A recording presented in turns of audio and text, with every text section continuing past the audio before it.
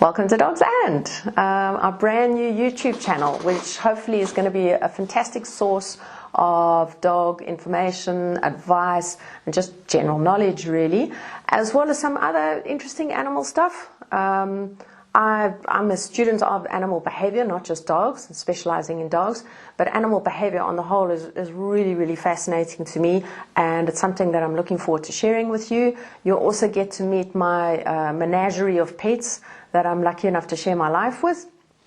I'm not going to do that straight away because you'll get distracted by their awesomeness. It's going to happen. And yeah, hopefully you enjoy the channel. If you have any particular behavior problems or questions or anything like that you'd like me to cover, drop us a note in the comments and I'll do my utmost to cover that for you. And yeah, I hope you enjoy the channel, and let's crack on with today's video.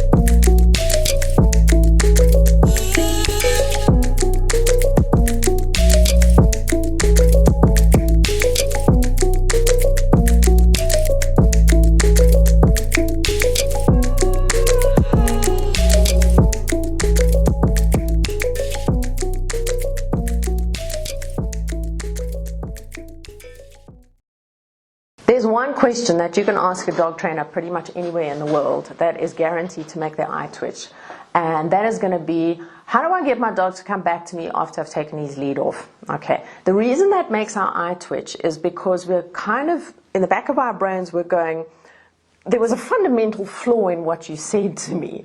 It's like, if you knew your dog was not going to come back to you, why did you take his lead off? That's like saying to a dog trainer, you know, every time I go skydiving and I jump out of the airplane without a parachute, I die. Well, yes, that's going to happen. It's called gravity. So the first thing is, until you have a reliable recall, don't take your dog's lead off in a situation where you can't get them back onto their lead quickly. The good news is it's a lot easier to teach your dog to do a recall than it is to learn how to fly. First thing you need to do is make sure that your dog can get it right. So this means starting off in a low distraction environment where you can control all of the variables. This is most often your house or your garden. You're going to engage with your dog, play with them a little bit, then you're going to move away from them, crouch to make yourself less intimidating, use a nice light tone of voice. You can even clap your hands gently together to encourage your dog to come towards you and get them to come right close to you. You can make sure that this happens by keeping your elbows tucked into your body. Don't let your elbows break contact with your body. So your dog has to come right into your space, and with your one hand you're going to hold onto the dog's collar, and the other hand you're going to give your dog a treat or a toy. I prefer in this instance to use a treat because we want to keep the dog nice and calm. A toy might get them a little bit too excited and they might dart away from you expecting the toy to be thrown, whereas a treat keeps them nice and focused on that space close to you, which is really what a recall is all about. It's saying to the dog, I would like you to occupy the space right in front of me or next to me.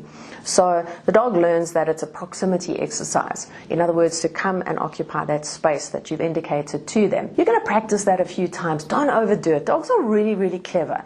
If you're giving them good quality information and you're making sure that the consequence is obvious to the dog, they're going to learn quickly. You can do this 2-3 times a day, 4-5 times a week. They really will learn that quickly.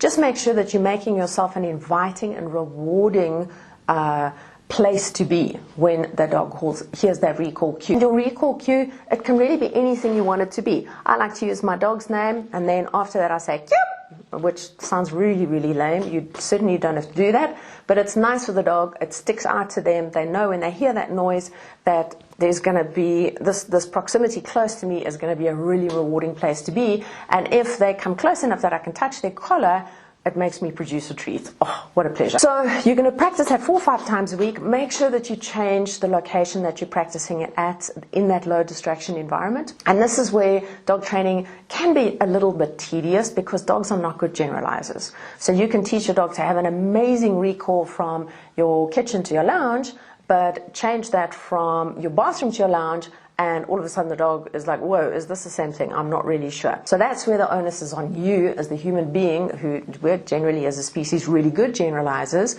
We need to just practice that in different scenarios, in different environments and contexts for the dogs to understand, the recall thing is the same no matter where we are, no matter where we start or where we finish, it's the same thing. When you're ready with that, so when you think your dog is pretty reliable, you can move to a higher distraction environment.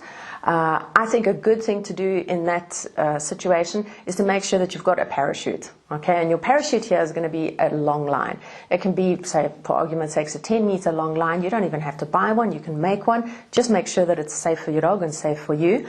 And you can give them a little bit of, say, give them 2-3 meters in this new environment that you're in. Call them to you and practice exactly like I said. Crouch, elbows in, collar, treat. Change it up a little bit. Do it facing different directions and set your dog up to succeed. This is so important. You would never expect a child who's just learned how to ride a bicycle to enter the Tour de France. It's totally outside of their skill level. If you're teaching your dog a recall, start them off with the stuff they can get right. Remember, the more your dog gets it right, the more they want to get it right. So it just sets up a really, really good habit. Start them off on that short distance. The nice thing is that if your dog blows you off, you've got the long line there. Okay, it makes you feel a lot more confident about this. And be aware of distractions around you. Be aware of the person who's arrived at the park who's cycling with their 3 dogs. These are things that your dog might want to run towards and go and investigate. We're obviously not going to let that happen because we're working on the recall now. Don't stand there and get distracted by something and your dog starts charging out, and just before they hit the end of the 10-meter line is when you catch a wake up, because that's going to really hurt your dog and it's going to hurt you. That line is there just to make sure that you can keep control before things get out of hand. It's not there for the dog to hit the end of that line and potentially get hurt. So be really careful with that long line. Mix it up, change it, do it in different environments so that your dog is 100% reliable on their recall. I've included some footage of myself walking some of my dogs. Unfortunately, I didn't have anyone to film for me that day, so you don't see the dogs coming in with the collar and the treat delivery. In fact, my dogs weren't even wearing collars that day, but their recalls are really good. So I'm now at the point where I can reward them intermittently. I'll maybe give them a reward for doing a recall every 50th recall, if that. But also they just, because it's become a nice habit for them, they do it and they like it because it's a good habit. You'll see what I did on this walk was that I let my dogs were off lead, I let them go a few meters from me, I recalled them back, told them, good dog, off you go again, and then we gradually extend that distance. And what this is, it's teaching my dogs a brilliant habit of the check-in.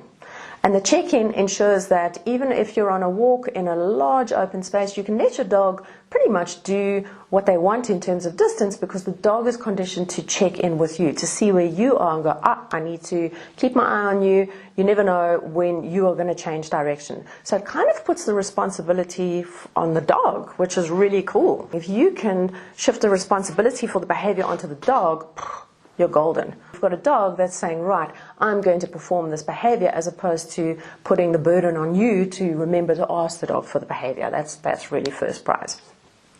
In this video as well, you'll see that I include an example of my dogs seeing a distraction. I've noticed they've seen a distraction and I've waited too long to call them. Once the dog is in that distraction mode and they're off, they're off. So it's kind of like the snowflake at the top of the hill. If you don't catch it as it starts rolling down the hill, by the time it gets to the bottom, it's a giant snowball, and you're not going to stop that. You've got to stop it at the top while it's still a little snowflake.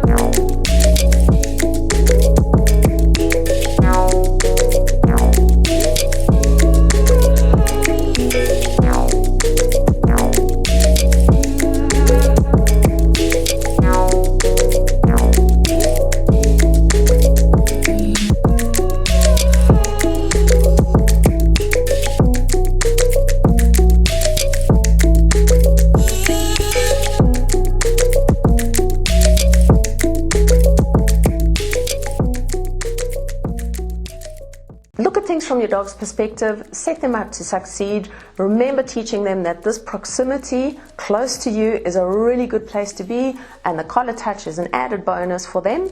And you're going to have a dog that if you clear your throat, they're going to be there. Enjoy that, and we'll see you next time.